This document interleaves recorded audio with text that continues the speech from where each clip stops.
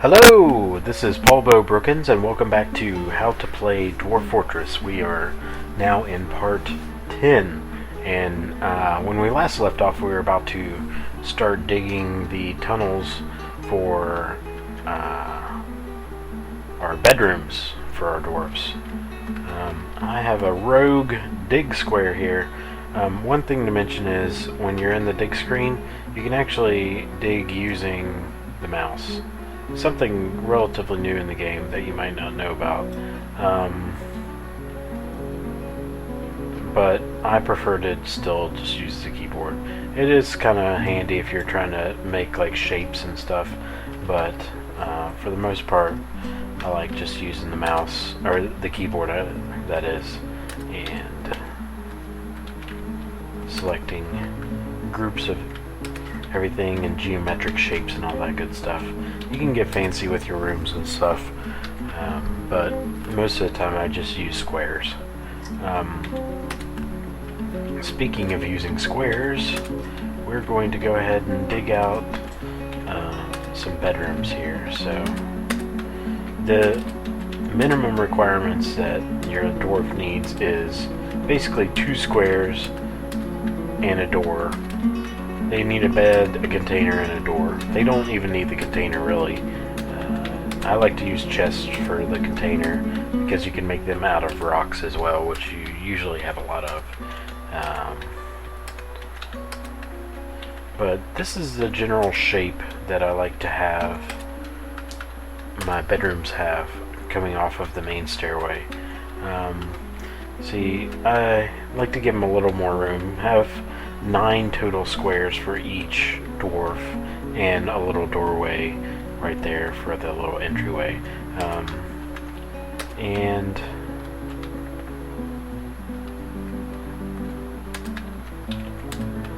basically I'll do that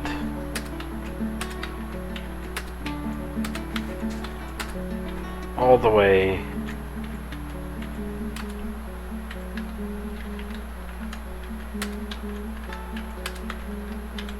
for every single bedroom. I'll lay it out similar to that.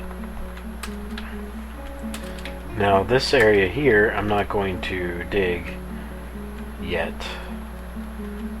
I'm gonna go ahead and cut that off. You can pre-plan all your digging and then go ahead and like get your dwarves a spot. As long as they can't access the designation, then they won't dig it. See, so if I go ahead and designate these 2 spots right here as being dug, then they'll go ahead and dig out the rest of it. But for now, they can't access this other row from this side or from the top side.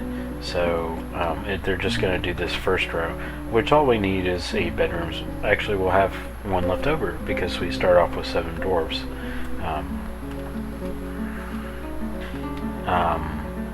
So we'll go ahead and let our miners dig that out for us. If you see that little flashing there, right here, there's 2 flashing now. That means that somebody's coming to dig that square. It's about to happen. And that happens also with engraving. If you're going to engrave the ground or smooth the stone, then it'll end up like that. So we'll let them dig, and we'll go back upstairs using the left bracket, and now we're back upstairs. We'll go ahead and resume and let them do that. See how our guys are doing. We've made 7 beds, and we've all finished with all the doors. So what we'll do now is we'll go ahead and construct enough containers to make 1 bed, 1 door, and 1 container for each bedroom. I made 10 of each just because that's an even round number. I'm going to have 8 bedrooms and 7 dwarves, so we're going to have some leftovers. We're going to have 1 extra bedroom, 3 extra of each of the pieces of furniture. Speaking of furniture, let's go ahead and also dig out a furniture stockpile. Usually I'll have it in one of the top layers that's filled with dirt, because stockpiles aren't really that important. Your dwarves don't spend a lot of time in there.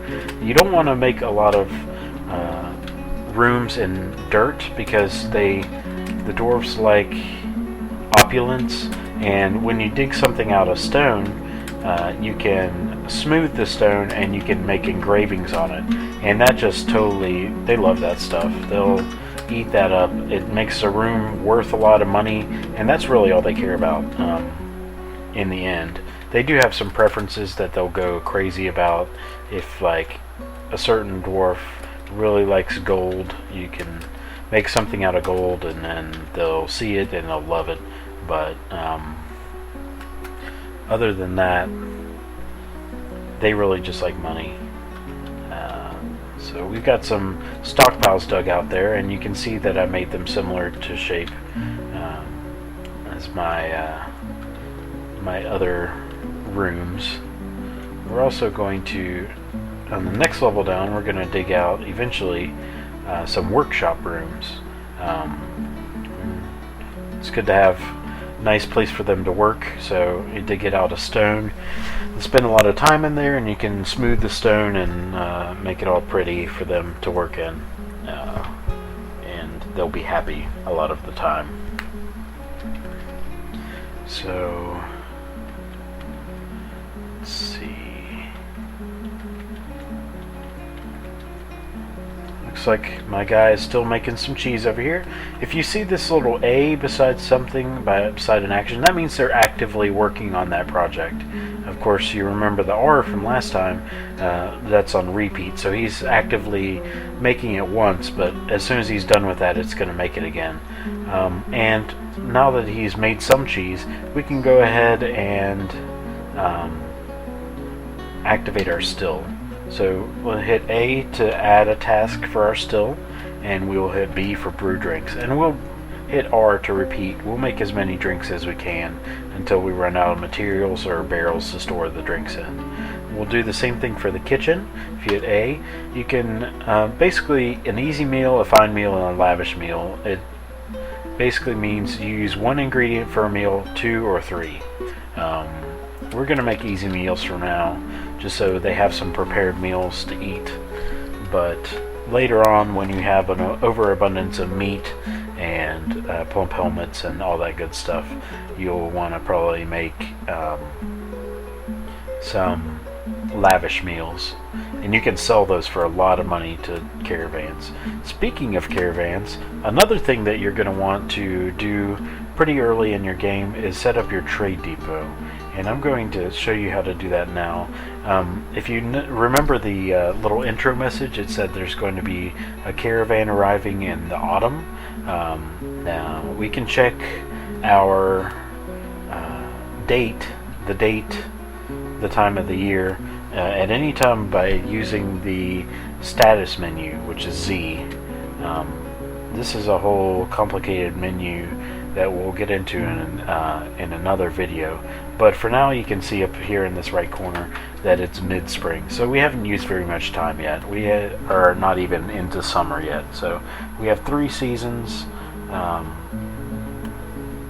to get some crafts going and get something for the guys to want to buy that are going to come, the caravan, so we can buy some things off of them. And we're not even through 1 season, so it's pretty similar to our calendar, except for the months are named after different kinds of rock. So you can look it up on the Dwarf Fortress wiki, the dates and all that. I don't really pay attention too much to it, but it's good to know what part of the year it is. It's mid-spring right now. 126 is the first year of our embark, so go ahead and hit escape, and we will build a depot. The way to do that is from just the main screen. You just do a capital D, Shift D. Oh no, it's B for build and then capital D. So yeah, so we'll go ahead and make one of those pretty close to our stairway up here on the hill, and So I guess this is going to be, oh yeah, see, we have a lot more rock now, so we're going to start using rock for everything now. We got quartzite, dolomite, anything that has an ite, you can assume that it's rock, and you're going to want to use it over wood and other materials, because they have other usefulness, and rock has nothing,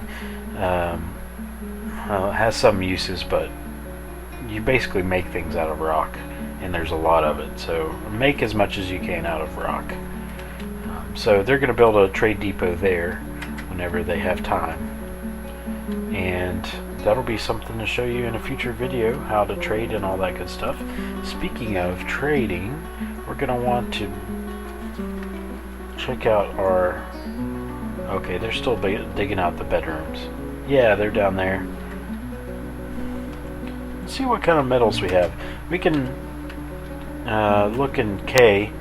The K button is look, remember, and see what we have. Tetrahedrite is a metal. If you see a different kind of icon here, these are all gems that we can use. We need to set up a different workshop to be able to use them, but tetrahedrite is a metal.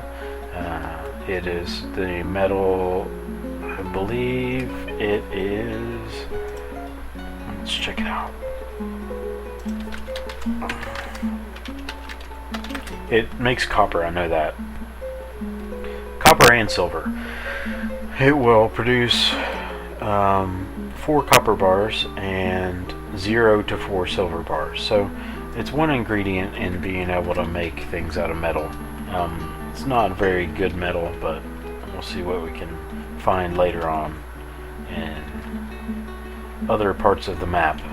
We'll do some branch mining and see what kind of metals are here, because if you remember, we started off the map with shallow metals and deep metals. So that means more than one type of metal shallow in the world and more than one type deep. But it looks like our video's about to come to an end. We're out of time. In the next video, hopefully these guys will get this stockpile area dug out, and we can start on our workshop